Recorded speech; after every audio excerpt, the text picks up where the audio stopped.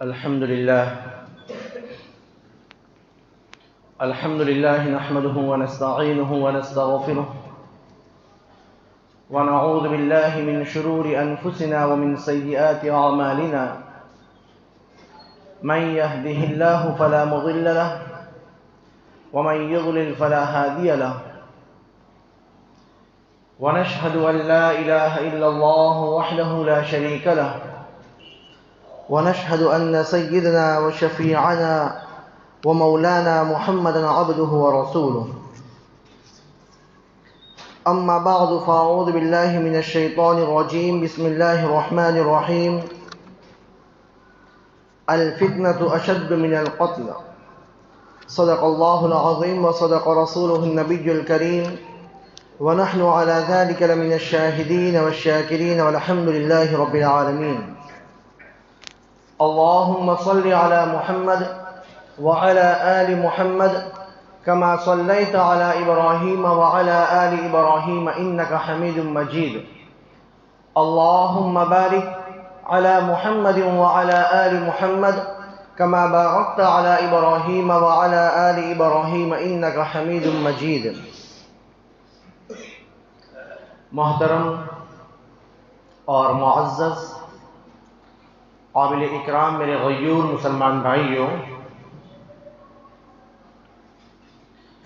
جیسے کہ آپ حضرات کو معلوم ہے کہ ہم نے پچھلے جمعہ میں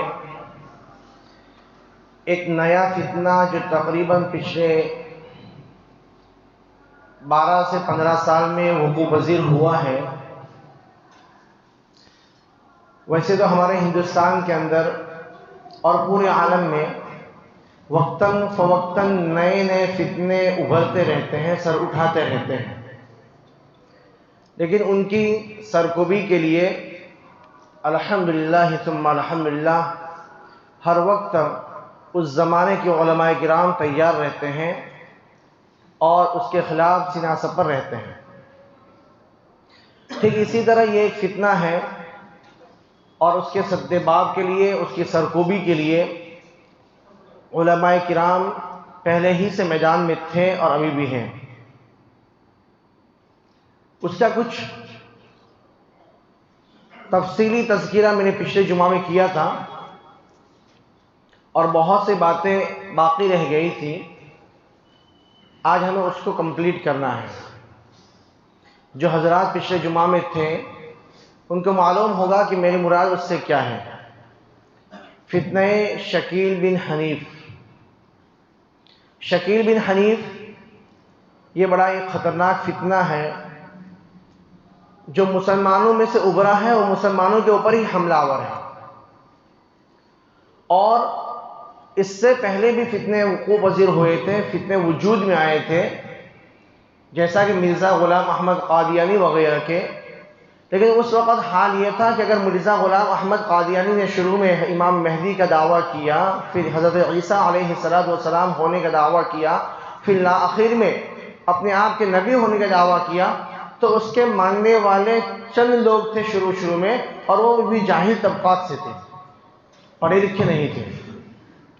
لیکن اس کے برعکس یہ شکیل بن حنیف کے جو فالوورز ہیں، جو ماننے والے ہیں، اور وہ جن کو ٹارگیٹ کرتا ہے، وہ اکثر و بیشتر ویل ایجوکیٹڈ، اچھے خاصے تعلیم یافتہ لوگ ہیں.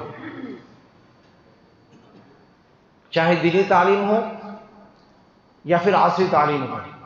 دینی تعلیم تو خیر بعد میں وہ پریپیئر ہو جاتے ہیں، ان کو ٹریننگ دی جاتی ہے کہ کن کن حوالات سے اور کن کن دلائل سے لوگوں سے بات کرنی ہے.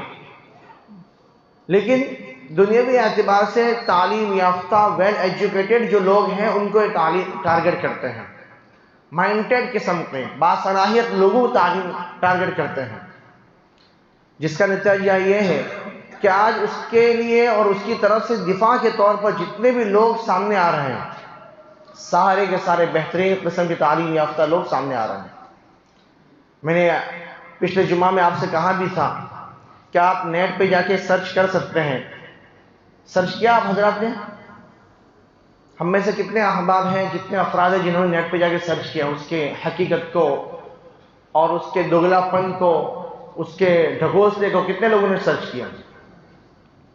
اگر سرچ کیا ہے تو بہت اچھی بات ہے، اگر نہیں کیا ہے اور پچھلے جمعہ میں سنا تھا اس کے باوجود نہیں کیا ہے تو ہم مطلب کہ ابھی بھی ہم خواب غفلت میں سوئے ہوئے ہیں، ہمیں اس سے کوئی سروکار نہیں۔ میرے محترم دوستو، ہم سرچ کریں علماء کرام کے بیانات، علماء کرام کی تحقیقات، اگر ہمارے سامنے اس کے سارے حالات ہوں گے، اس کے سارے فتنے ہمارے سامنے ہوں گے، اور اس کے بعد پھر ہمیں کوئی اس کے بارے میں بتائے گا تو فوراً ہمیں کلک ہوگا کہ یہ تو وہی خبیث ہے، وہی ملعون ہے جس کے بارے میں ہم نے سن رکھا تھا، جس کے بارے میں ہم نے پڑھا تھا، تو ہم پھسلنے سے، بہکنے سے اپنے آپ کو بچا لیں گے، ارتداد کا شکار ہونے سے اپنے آپ کو بچا لیں گے۔ اور اگر ہمیں اس کے بارے میں کچھ بھی پتہ نہیں ہے، کچھ بھی معلومات نہیں ہے، اور پھر کوئی اتنی بہترین قسم کی باتیں ہمارے سامنے پیش کرے گا تو ظاہر سی بات ہے دین کی باتیں ہوتی ہیں، اس میں کشش ہوتی ہے، مٹھاس ہوتی ہے، اور وہ بڑی شاطرانہ طریقے سے لوگوں کو اپنی طرف مانوس کرنے کے لیے اہم ایشوز پہ بات کرتے ہیں، جس کی وجہ سے لوگ ان کی طرف کھینچتے جاتے ہیں۔ بلکہ کچھ لوگ تو یہ کہتے ہیں کہ وہ جادو کر لیتے ہیں، حالانکہ جادو نہیں کرتے ہیں، ایک کامن بات کرتے ہیں۔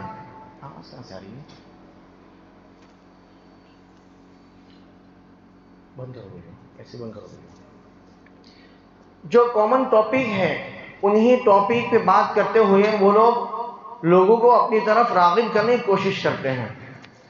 تو میرے محترم دوستو، اولاً تو درخواست یہ ہے کہ ہمارے جو جمعہ کے بیانات ہیں اس کو بھی غور سے سنا جاوے، اور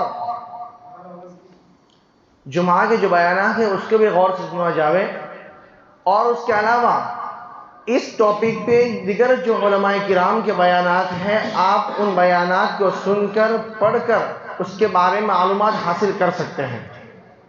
معلومات کا ہونا بہت ضروری ہے، اور یہ ایسی کامن چیزیں ہیں، امام مہدی علیہ السلام کا پیدا ہونا، حضرت عیسیٰ علیہ السلام کا نازل ہونا، دجال کا خروج، یہ ایسے کامن ٹاپکس ہیں اور کامن چیزیں ہیں کہ ہم بچپن سے سنتے آتے ہیں، لیکن ڈیٹیل معلوم نہ ہونے کی وجہ سے کوئی تھرڈ پرسن ہمیں اس کے بارے میں بتانا چاہتا ہے تو فوراً ہم کان لگا کے سننا شروع کر لیتے ہیں۔ ہاں یار کام کی باتیں ہیں، کوئی نئی بات تو ہے نہیں، ہم بچپن پہ سنتے آ رہے ہیں۔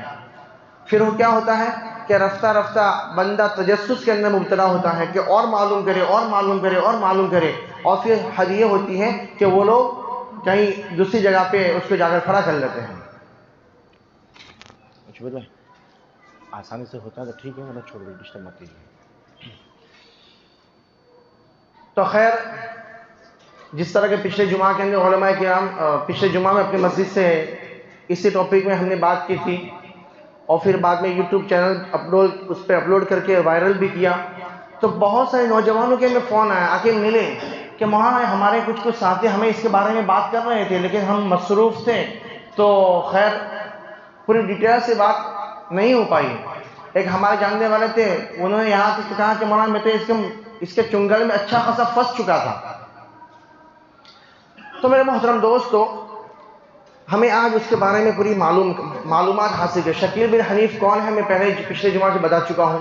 وہ دعویٰ کرتا ہے کہ میں امام مہدی ہوں، دعویٰ کرتا ہے کہ میں حضرت عیسیٰ ہوں، دجال کے بارے میں کیا بتاتا ہے، وہ سب چیزیں ہمیں سمجھنا ہے۔ شکیل بن حنیف، واپس سے موٹا موٹا ریپیٹ کر لیتا ہوں، شکیل بن حنیف، اس کا اصل نام شکیل احمد خان ہے، جس نے جو پڑھائی حاصل کی ہے شافی مسلم اسکول دربھنگہ بہار، عثمان پور، اور اس کے گاؤں کا نام ہے رتن پور، وہاں جو اسکول سے جو سٹی اس کو ملی ہے، سٹی کے اوپر لکھا ہوا ہے شکیل احمد خان۔ تو ایک تو پہلا اپنا نام وہ جھوٹا پیش کرتا ہے، محمد شکیل بن حنیف جو کہتا ہے وہ اس کا نام غلط ہے، وہ نام نہیں ہے۔ خیر، یہ دربھنگہ بہار کا ایک ضلع ہے، اس میں پیدا ہوا ہے، وہاں ایک قصبہ ہے عثمان پور اور اس کا گاؤں ہے رتن پور، وہاں یہ پیدا ہوا 1969 میں، 1967 میں۔ خیر، پھر وہاں سے وہ دہلی آیا، نبی کریم کا جو علاقہ ہے اس کے اندر۔ اچھا، جب یہ پیدا ہوا اس وقت اس کے باپ کیا کام کرتے تھے؟ اس کے باپ کا ذریعہ معاش لاٹری کا تھا۔ کیا تھا؟ لاٹری۔ ہے نا جگاڑ جو جوا کھیلتے وہ. تو جب پیدا ہوا اس وقت اس کے باپ کا کام، یعنی پیدائش کے وقت بھی ہم کسی خیر پرسنل لائف میں نہیں جاتے ہیں، لیکن جب ہمارے نبی کی رسالت تک کوئی بندہ پہنچے گا تو ہم اس کے چتھڑے اٹھاڑ دیں گے. تو اس کے باپ لاٹری کا بزنس کرتے تھے، مطلب یہ جب اپنی ماں کے پیٹ میں تھا تبھی سے یہ حرام کا لقمہ کھاتا ہوا آیا ہے. یہ اس کی پیدائش کا مرحلہ ہے. جب پیدا ہو کے پڑھائی کر لی، انٹر تک اس نے تعلیم حاصل کی ہے، پھر وہ اپنا دربھنگہ کا علاقہ چھوڑ کر دہلی کے نبی کریم کے علاقے میں آیا. اس نے ہارڈ ویئر کا دکان شروع کیا، اس میں لاس ہوا. پھر بیگ کا بزنس شروع کیا، اس میں لاس ہوا. پھر اس نے ٹیوشن وغیرہ پڑھانا چالو کر دیا. پھر ٹیوشن وغیرہ پڑھانے سے اور جماعت کے اندر لگنے سے لوگوں کو لگا کہ یہ کچھ الگ طریق کا بندہ ہے، غلط نہج پہ جا رہا ہے، تو لوگوں نے وہاں سے پریشر ڈالا. تو پھر وہ اپنے علاقے کو چھوڑ کر، نبی کریم کے علاقے کو چھوڑ کر لکشمی نگر کا جو علاقہ تھا اس علاقے میں چلا گیا. اور وہاں پر پل کے پاس ایک مسجد تھی، اس مسجد میں اس نے اپنا کام شروع کر دیا. مسجد کا نام میں اس کے پل کے پاس مسجد یاد رکھنا. خیر پھر وہاں اس نے کچھ عرصے کام کیا، لوگوں نے اس کے حرکات کو مشکوک پایا، جس کی وجہ سے اس کو وہاں سے بھگایا گیا. ایک رمیش پاک کی مسجد ہے، اس کے اندر علماء کرام جمع ہوئے، اس کو بلایا اور اس کے اچھے سے پوری جو اس کے دعوے تھے حضرت مہدی ہونے کا، حضرت عیسیٰ علیہ السلام کا ہونے کا دعویٰ جو کرتا تھا، اس کے اچھے سے کھنچائی کی گئی. اس نے پھر بعد میں اپنی غلطی کا اقرار کیا اور ایکسپٹ کیا کہ مجھ سے غلطی ہو گئی ہے. اس کی پنشمنٹ کی گئی، اس کا سر موڑا گیا اور پھر وہاں سے اس کو دربدر کرنے کی کوشش کی گئی. لیکن پھر وہ شاطرانہ چال کے ذریعے سے واپس غیر مسلم آبادی کے اندر ایک مکان کرائے پہ لے کر آباد ہو گیا. لیکن خیر پھر بھی علماء کرام اس کا پیچھا کرتے رہے. مجبور ہو کر وہاں سے وہ بھاگ کر مہاراشٹر کے اورنگ آباد کے ایک علاقے، بڑے گاؤں کے علاقے میں وہ آ کر آباد ہو گیا ہے. اور کیا معلوم کس نے اس کو اتنی بڑی زمین سپرد کر دی ہے کہ وہ مستقل ایک گاؤں بسا دیا ہے اس نے، کہ جو شکیلیت اختیار کرتا ہے وہاں وہ اس کو قیام کی اجازت دیتا ہے، اور جو شکیلی بنتے ہیں ان کو وہاں قیام کی اجازت، لائٹ، پانی، بہت ساری فیسلٹیز وہ اپنی طرف سے پرووائڈ کرتا ہے. جبکہ اس کا یہ حال تھا کہ جب دہلی کے لکشمی نگر علاقے میں تھا اس وقت بیمار ہوا تھا، ٹی بی کے مرض میں مبتلا ہوا تھا، تو اس کو اپنی خود کی علاج کرنے کے پیسے نہیں تھے. دہلی میں ترلوک ایک ہاسپٹل ہے، اس میں ایڈمٹ کیا تھا. جماعت کے ساتھیوں نے اس کے اخراجات برداشت کیے تھے. پہلے اس کی کنڈیشن یہ تھی، اور آج اس کی کنڈیشن یہ ہے کہ لوگوں کو گھر اور ہر چیز پرووائڈ کرتا ہے. اس سے پتہ چلتا ہے کہ اس کے پیچھے کون سی طاقتیں لگی ہوئی ہیں. اچھا، یہ تو ہوا شکیل بن حنیف، دہلی سے آ کے ٹھہرا ہے ہمارے آس پڑوس میں. تقریباً میں نیٹ پہ سرچ کیا 300-350 کلومیٹر کا فاصلہ ہے، اور انشاءاللہ موقع کی تلاش میں ہوں، جب بھی موقع ملے تو وہاں جا کے دیکھنا ہے کیا حال چال ہے. خیر ایک تو یہ ہوا شکیل بن حنیف. اب وہ لوگوں کو کیسے مرغوب کرتا ہے اور اپنے بارے میں کیا کہتا ہے، اور اس کے بارے میں ہم جانتے ہیں. یہ خصوصاً نوجوانوں کو ٹارگٹ کرتے ہیں، پڑھے لکھے نوجوانوں کو، اسکول اور کالجز کے اسٹوڈنٹس کو، پہلی صف کے جو دیندار طبقے کے نوجوان ہیں ان کو ٹارگٹ کرتے ہیں. اور ان کے جو افراد ہیں، میرے موبائل کے اندر بہت ساری تصویریں ہیں، ان کے جو افراد ہیں حضرت کے جیسے بالکل اسی حلیے کے اندر، ٹوپی ہوگی، داڑھی ہوگی، کرتا ہوگا، شلوار تھوڑا اونچا ہوگا. آپ کہیں سے مطلب پرکھ نہیں پائیں گے کہ یہ بھی کوئی ڈھونگی ہو سکتا ہے اور یہ بھی اتنا خطرناک ہو سکتا ہے. بالکل جماعت والا حلیہ، لیکن بڑے مائنڈیڈ، حدیث سے بات کرنے والے، چاہے وہ موضوع حدیث ہی کیوں نہ ہو، اور علماء کرام سے بھڑنے والے، علماء کرام سے بدتمیزی کرنے والے، ہر قسم کے سوال کا ترنت جواب دینے والے. کس کے سامنے؟ عوام کے سامنے. علماء کرام کے سامنے آنے سے کتراتے ہیں، اور عوام کو علماء کرام سے اس طور پر کاٹتے ہیں کہ آج کے زمانے کے جو علماء کرام ہیں وہ دجال کے فتنے کے شکار ہو چکے ہیں. یہ ان کے الفاظ ہیں، دجال کے فتنے کے شکار ہو چکے ہیں، اور وہ کچھ نہیں جانتے ہیں، بس وہ زکوٰۃ کے، نماز کے اور کچھ موٹے مسائل جانتے ہیں، اس کے علاوہ کچھ نہیں جانتے ہیں. اور ایک خبیث نے تو یہاں تک، ایک بہار کا عرفان نام کا خبیث تھا، اس کے الفاظ یہ تھے کہ آج کے دنیا کے تمام علماء کرام حضرت محمد شکیل بن حنیف کی جوتی کے دھول کے برابر نہیں ہو سکتے. اتنا بڑا چیلا تھا ہے. دنیا کے تمام علماء کرام حضرت محمد شکیل بن حنیف کے جوتے کے دھول کے برابر نہیں ہو سکتے ہیں. مطلب کہ یہ ہمارے نوجوانوں کو علماء کرام سے کاٹتے ہیں کہ علماء کرام سے ہم تم کو جو بتاتے ہیں اس کے کنفرمیشن کے لیے علماء کرام کے پاس جانے کی ضرورت نہیں ہے. علماء کرام کو اس کے بارے میں کچھ بھی پتہ نہیں ہے، کیونکہ یہ سائنس کا اور ٹیکنالوجی کا دور ہے. تو وہ سائنس اور ٹیکنالوجی کے تھرو سمجھاتے ہیں کہ دجال کیا ہے، حضرت مہدی کیا ہے، حضرت عیسیٰ کیا ہے. اچھا، ٹارگٹ ایک تو کس کو ٹارگٹ کرتے ہیں؟ اور اب میں جو بیٹھے ہیں تقریباً 70% نوجوان طبقہ ہوگا، 30% یا 20% بزرگ ہوں گے، باقی اکثر نوجوان ہیں. اور ہمارے ملک ہندوستان کے نوجوانوں کی کثرت ہے الحمدللہ، اور ان کا ٹارگٹ بھی نوجوان ہے. تو آج میرے جو مخاطب ہیں وہ اکثر میں نوجوانوں کو کہنا چاہتا ہوں، وہ بوڑھے حضرات کے پاس تو نہیں جائیں گے، ان کو معلوم ہے کہ بس یہ تو گھر کا ہے، ہمارا پیغام اسی تک محدود ہوگا. اور ایک نوجوان کو پکڑ لیا تو ایک نوجوان اپنے فرینڈز کو وہ اس کے فرینڈز کو، ہمارا پیغام عام ہوتا جائے. 2017 کے اندر ایک رپورٹ کے مطابق 2017 کے اندر شکیل بن حنیف کے فالوورز 10,000 تھے، 10,000 تھے، اور آج لاکھوں کی تعداد میں ہر اسٹیٹ میں ہے. اور جو بڑے بڑے مسلم آبادی والے شہر ہیں، یہ دھاراوی ہے، بھیونڈی ہے، ہمارا ممبرا شہر، پونا وغیرہ سے رپورٹ آتی ہے کہ ان علاقوں کے اندر وہ پیر پسار رہے ہیں اور مضبوط ہو رہے ہیں. اور آپ نے ہندوستانی رپورٹ وغیرہ کی خبر کے ذریعے معلوم بھی کیا ہوگا. خیر، اب وہ نوجوانوں کو ٹارگٹ کیسے کرتے ہیں؟ نوجوانوں کو دوستی کرتے ہیں، ان سے دعا سلام کرتے ہیں اور دوستی کے لیے قریب قربت حاصل کرتے ہیں، انسیت پیدا کرتے ہیں، چائے پلاتے ہیں. پھر دوستی جب ہوتی ہے تو ظاہر سی باتیں نکلتی ہیں. جب باتیں نکلتی ہیں تو وہ دینداری والی ہے، ظاہر سی بات ہے میرے اس فیلڈ میں بندہ رہے گا تو وہ دین کی بات کرے گا، اور سامنے والا دیندار سمجھ کے اس کی بات کو غور سے سننے کی کوشش بھی کرے گا. تو پھر وہ دنیا کے احوال موٹے بیان کرنا شروع کر لیں گے. دیکھیں دنیا کے کیا حالات ہو گئے ہیں، مسلمان کتنے پریشان ہیں، مسلمانوں کے حالات ایسے ہیں. اور آج جو حالات ہیں نا وہ بالکل وہی ہے جو اللہ کے رسول صلی اللہ تعالیٰ علیہ وسلم نے قرب قیامت کے جو حالات بیان فرمائے تھے، وہ تمام کے تمام حالات وقوع پذیر ہو چکے ہیں، موجود ہیں. وہ غور سے سنے گا کون سے حالات؟ بولے دیکھو بیٹیاں ماں باپ کی نافرمان ہونے لگی ہیں، بچے ماں باپ کے نافرمان ہیں، بیٹیاں بے سر اور تنگ لباس پہنے ہوئے مارکیٹ میں گھومتی ہیں، عیاشی عام ہو چکی ہے، فحاشی عام ہو چکی ہے، رشوت اور سود عام ہو چکا ہے. جو دنیا بھر کی خرافات، وہ تمام کے تمام خرافات بیان کرے گا. وہ سامنے والا بندہ بیچارہ اس کو معلوم ہی نہیں ہے کہ یہ کون ہے، کس کا چیلا ہے اور کیا ہم سے کیا چاہتا ہے. وہ تو غور سے ہاں بولے ہاں صحیح ہے ہر چیز، اور واقعی صحیح بھی ہے، ساری چیزیں آ بھی چکی ہیں، ساری چیزیں ہے بھی. جب یہ ساری خرافات بیان کرے گا اور یہ علامات قیامت اس کے سامنے بیان کرے گا تو پھر وہ بندہ اور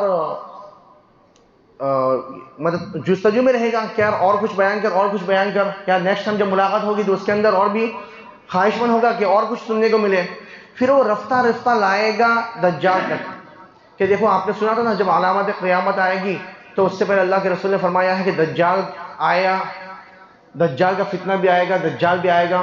بولے ہاں ہم نے بچپن سے سنتے آئے ہیں کہ قیامت سے پہلے دجال کا خروج ہوگا، دجال آئے گا.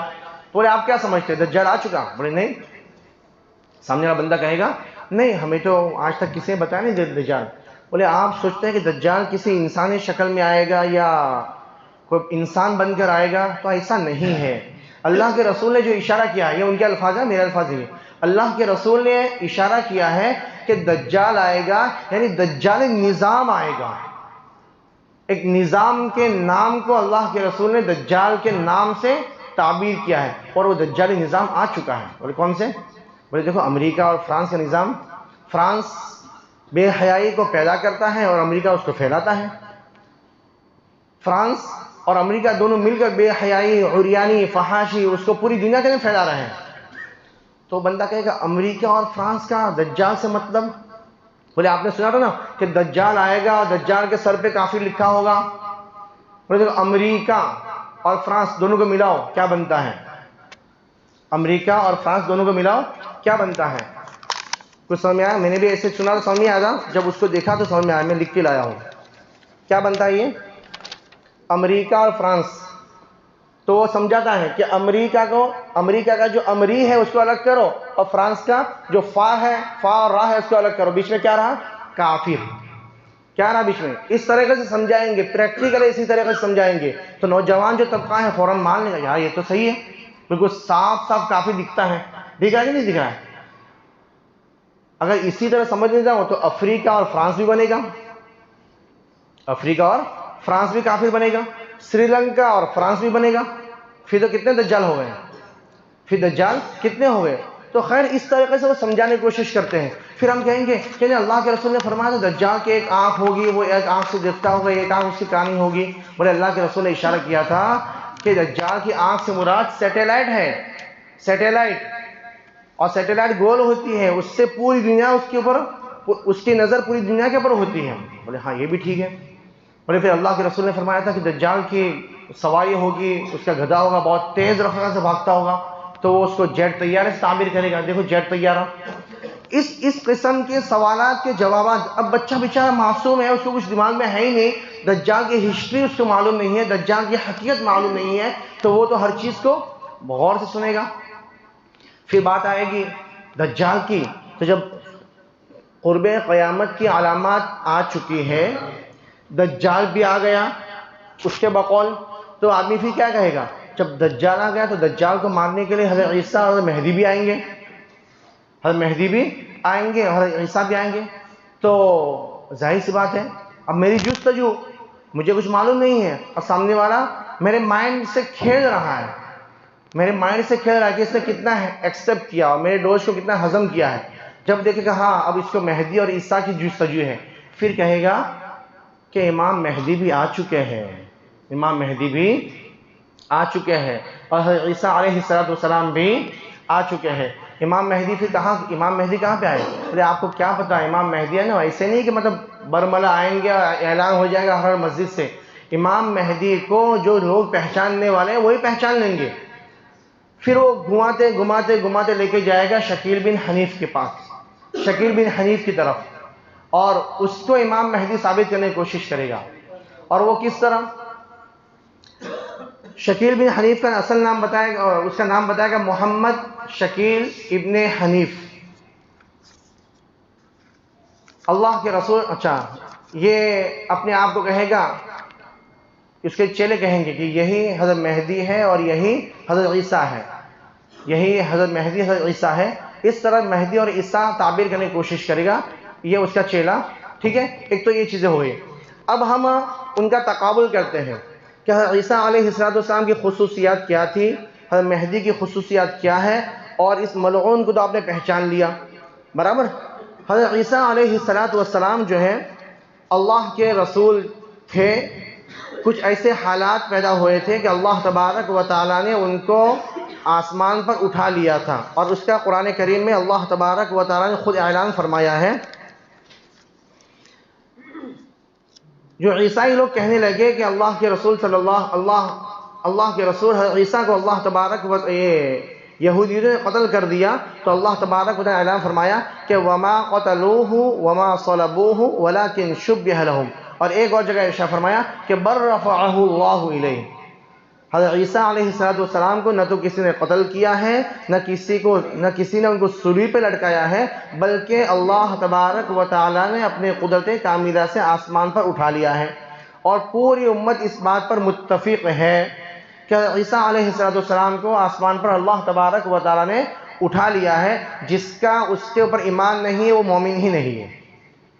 اور قرب قیامت سے پہلے حضرت عیسیٰ علیہ السلام دمشق کی جامع مسجد کے سفید مینار پر 2 فرشتوں کے ذریعے سے اتریں گے. یہ بھی پکی بات ہے. جب دمشق کی جامع مسجد میں اتریں گے حضرت عیسیٰ علیہ السلام، اس وقت فجر کا وقت ہوگا. امام مہدی علیہ السلام نماز پڑھا رہے ہوں گے، نماز کے لیے مصلی پہ کھڑے ہوں گے، پیچھے تکبیر کہی جا چکی ہوگی. حضرت عیسیٰ علیہ السلام کو دیکھ کر امام مہدی پیچھے ہٹیں گے اور حضرت عیسیٰ علیہ السلام کو آگے کرنے کی کوشش کریں گے. حضرت عیسیٰ علیہ السلام نفی کریں گے کہ یہ تکبیر آپ کے لیے کہی جا چکی ہے، آپ ہی نماز پڑھائیے. نتیجتاً حضرت مہدی علیہ السلام نماز پڑھیں گے، اور پہلی نماز حضرت مہدی علیہ السلام کی امامت میں حضرت عیسیٰ علیہ السلام مقتدی بن کر پڑھیں گے۔ بعد میں پھر دوسری جو نمازیں ہیں حضرت عیسیٰ علیہ السلام خود پڑھائیں گے۔ حضرت عیسیٰ علیہ السلام جب یہ نزول ہوگا اس کے بعد 40 سال تک زندہ رہیں گے، اس کے بعد ان کا انتقال ہوگا اور مسلمان ان کی نماز جنازہ پڑھیں گے۔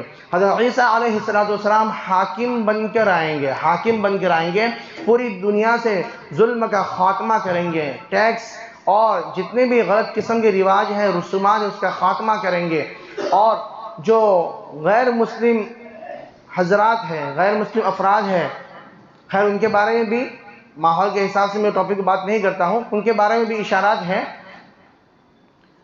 میں اس میں خاموشی اختیار کرتا ہوں ورنہ ماحول تھوڑا غلط الگ ٹائپ کا ہے اس کے لیے۔ اچھا، پھر دجال کو قتل کریں گے، اور دجال کو جو قتل کریں گے فلسطین کے اندر باب لود ہے، اس مقام پر دجال کو جا کر قتل کر دیں گے، اور آج ہی اس مقام پر اسرائیل کا ایئر بیس بنا ہوا ہے، اس مقام پر جا کر حضرت عیسیٰ علیہ السلام دجال کو قتل کریں گے۔ حضرت عیسیٰ علیہ السلام جو تشریف لائیں گے وہ اپنی مستقل شریعت لے کر نہیں آئیں گے، بلکہ اللہ کے رسول صلی اللہ تعالیٰ علیہ وسلم کی تعلیمات پر ہی عمل کریں گے۔ یہ تو ہو گیا حضرت عیسیٰ علیہ السلام۔ اب امام مہدی علیہ السلام کا جو ہے کہ امام مہدی علیہ السلام وہ پیدا ہوں گے، حضرت عیسیٰ علیہ السلام نازل ہوں گے اور امام مہدی پیدا ہوں گے، عرب کے سرزمین پر پیدا ہوں گے، اللہ کے رسول صلی اللہ تعالیٰ علیہ وسلم کے خاندان سے ہوں گے، اور اللہ کے رسول صلی اللہ تعالیٰ علیہ وسلم کے خاندان میں سے بھی حضرت فاطمہ رضی اللہ تعالیٰ عنہ کے خاندان میں سے پیدا ہوں گے۔ ان کی ناک لمبی اور پتلی اور باریک ہوگی۔ ظہور کے وقت دنیا میں ظلم کا نظام ہوگا، اور حضرت مہدی علیہ السلام ظلم کا خاتمہ کریں گے، اور وہ 7 سال یا 9 سال تک حکومت کریں گے، اس کے بعد ان کی بھی وفات ہو جائے گی، اور وہ اخیر میں خانہ کعبہ کے اندر پناہ لیں گے، خانہ کعبہ کے ان کا وہاں قیام ہوگا۔ یہ تو ہو گیا حضرت امام مہدی علیہ السلام کے حالات۔ اب یہ اپنے آپ کو امام مہدی اور عیسیٰ ثابت کرنے کو کیا کہتا ہے کہ شکیل بن حنیف وہ کہتا ہے کہ میں خود امام مہدی ہوں اور حضرت عیسیٰ ہوں۔ اچھا بھائی، تو مہدی اور عیسیٰ دونوں کیسے ہو گیا؟ تو کہتا ہے کہ اللہ کے رسول صلی اللہ تعالیٰ علیہ وسلم کی ابن ماجہ کی ایک ضعیف حدیث روایت کرتا ہے کہ لا مہدی الا عیسیٰ ابن مریم، لا مہدی الا عیسیٰ ابن مریم، کہ مہدی عیسیٰ ابن مریم ہی ہے، جبکہ تمام علماء کرام کا اتفاق ہے کہ ابن ماجہ کی یہ حدیث موضوع ہے، صحیح نہیں ہے، لیکن بس اسی کو بیس بنا کے بیٹھا ہوا ہے۔ اچھا،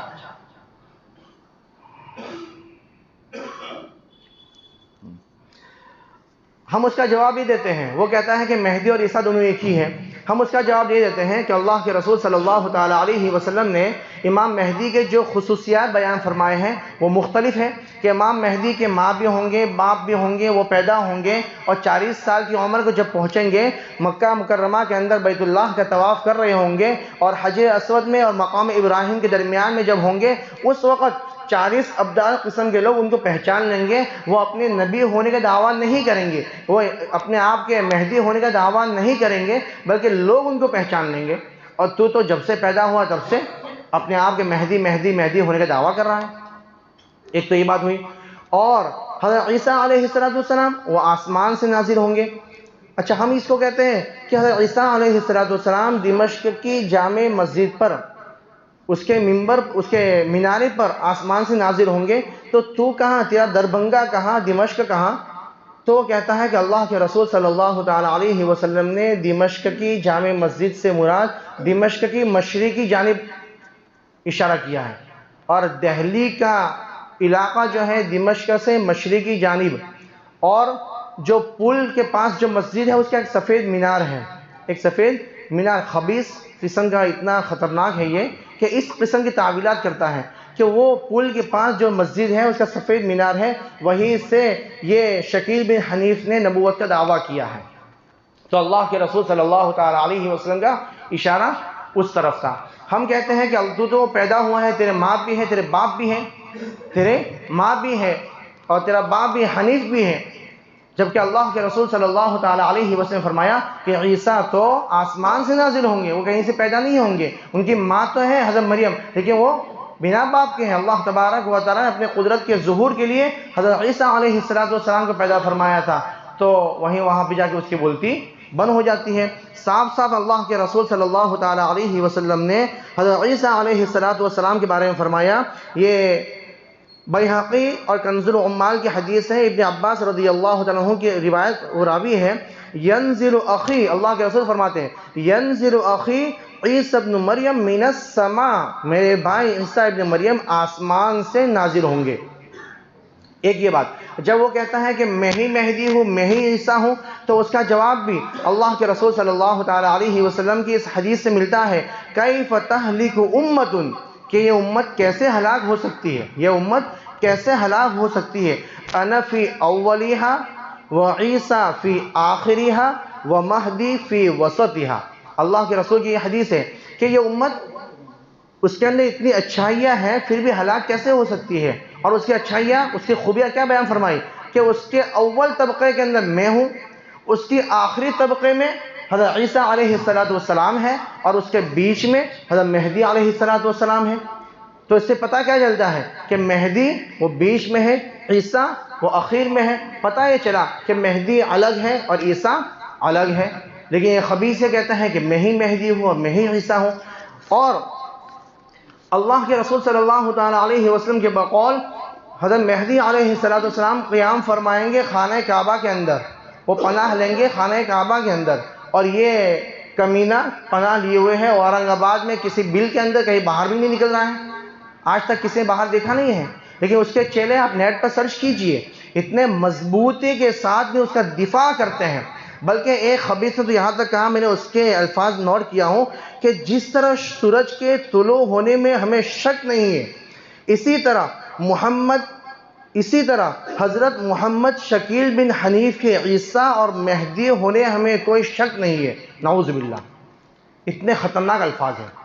اور حلیہ کیسا، ماشاءاللہ بڑی داڑھی، بڑی ٹوپی، ایک دم مولانا جیسا دکھتے ہیں، لیکن اتنے مضبوط کہ جس طرح سورج کے طلوع ہونے میں، جس کو پروف چاہیے میرے ساتھ ہر چیز کے پروف ہیں، سارے آڈیو، ساری ان کے ویڈیوز میرے پاس ہیں.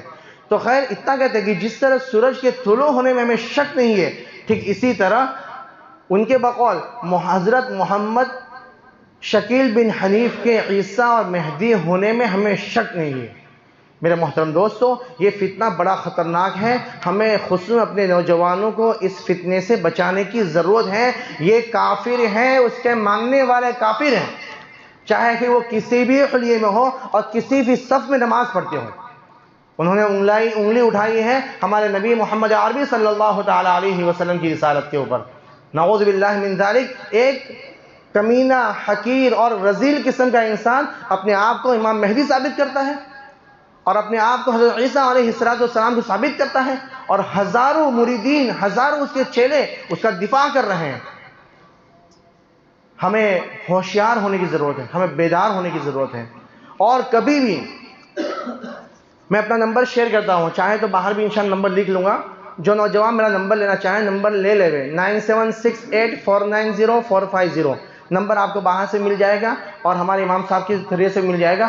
کوئی بھی آپ کو دین کی بات سمجھاتا ہے سمجھ دیجئے، لیکن جہاں کنفیوز کرنے کی کوشش کرتا ہے، دجال، پھر وہ فتنہ کرتا ہے، تو سیدھا اس کو یہاں پہ لائیے. سیدھا میرا نمبر لیجیے یا میرے پاس لا کے ملا لیجیے کہ مولانا یہ کچھ کنفیوز کر رہا ہے، ہمیں کوئی آپ سے مل کے سمجھنا ہے. ہم صحیح ہوگا تو اب سمجھ لیں گے، اور اگر صحیح نہیں ہوگا وہ تو نام سن کے بھاگے گا. نام سن کے بعد کیوں کہ یہ لوگ علماء کرام سے نوجوانوں کو کاٹتے ہیں، اور علماء کرام کو لے کر نوجوانوں کو بدگمان کرتے ہیں کہ یہ موجودہ زمانے کے جتنے بھی علماء کرام ہیں دجال کے فتنے کے شکار ہو چکے ہیں، وہ کھل کر نہیں بولیں گے. تو ظاہر سی بات ہے نوجوان علماء کرام کے پاس جائیں گے نہیں. اور میں نے کہا نا، ان کا ایک محمد عرفان نام کا چہرہ تھا، اس نے کیا کہا کہ دنیا کے تمام علماء کرام حضرت محمد شکیل بن حنیف کی جوتی کے دھول کے برابر نہیں ہو سکتے ہیں. جب اس کے دعوے اتنے بڑے بڑے ہوں گے اور ان کی سوچ علماء کرام کے بارے میں ایسی ہوگی، تو ظاہر سی بات ہے وہ علماء کرام کے پاس کہاں جانے دیں گے. تو میری خصوصاً نوجوانوں سے درخواست ہے کہ اپنے وقت کے علماء کرام سے جڑے رہیں. آپ چاہیں جس مسلک کو فالو کرتے ہیں، دیوبندی مسلک سے ہیں بہت خوب مضبوط سے پکڑے رکھیں، اہل حدیث کے مسلک سے ہیں بہت خوب مضبوط سے پکڑے رکھیں، بریلی مسلک سے ہیں بہت اچھی بات ہے، اس کو مضبوط سے پکڑ کے رکھیں، اور اپنے مسجد کے جو علماء کرام ہیں، جو ائمہ کرام ہیں، ان کی کانٹیکس میں رہیں. جب بھی کوئی بندہ کنفیوز کرنے کی کوشش کرے تو فوراً اپنے مسجد کے علماء کرام سے، آپ سے جو محبت کرنے والے علماء کرام ہیں، آپ کے جو کانٹیکٹ میں علماء کرام ہیں، ان سے رجوع کیجئے. کسی کی بات کو اس کے حلیے کو دیکھ کر ہرگز ایکسیپٹ نہ کریں. انشاءاللہ کریں گے انشاءاللہ. اللہ تبارک و تعالی ہمیں عمل کی توفیق عطا فرمائے. وآخر الحمد للہ.